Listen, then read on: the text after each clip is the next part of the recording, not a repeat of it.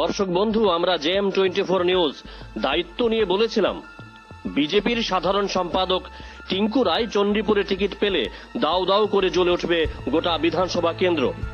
JM24 news যে কোনো মনগড়া কথা বলেনি তার প্রমাণ পাওয়া গিয়েছে বিজেপির প্রার্থী তালিকা ঘোষণার পরপরই। দেখুন আপনারা কি চলছে চণ্ডীপুরে।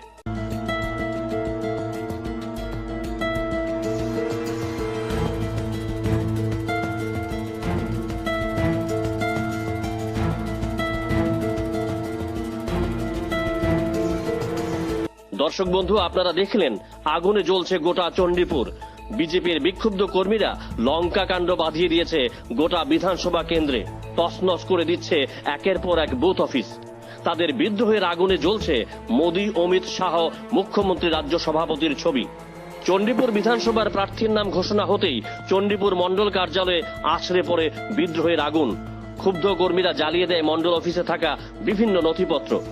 চণ্ডীপুর বিধানসভার ভগবাননগর, গৌরনগর ও কাউড়িকোড়াতে বিজেপির বুথ অফিস ভেঙে গুড়িয়ে দেয় কর্মীরা, সঙ্গে অগ্নিসংযোগ।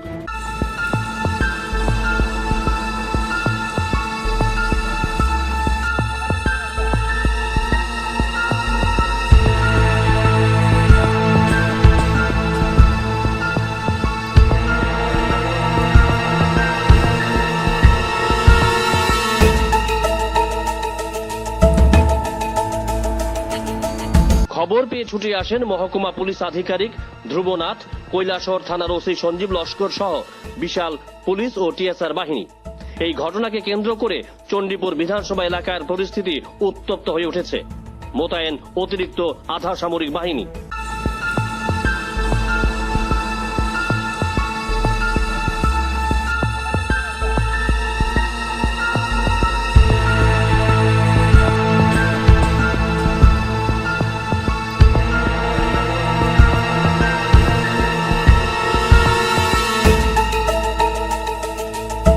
Bureau report, JM24 news.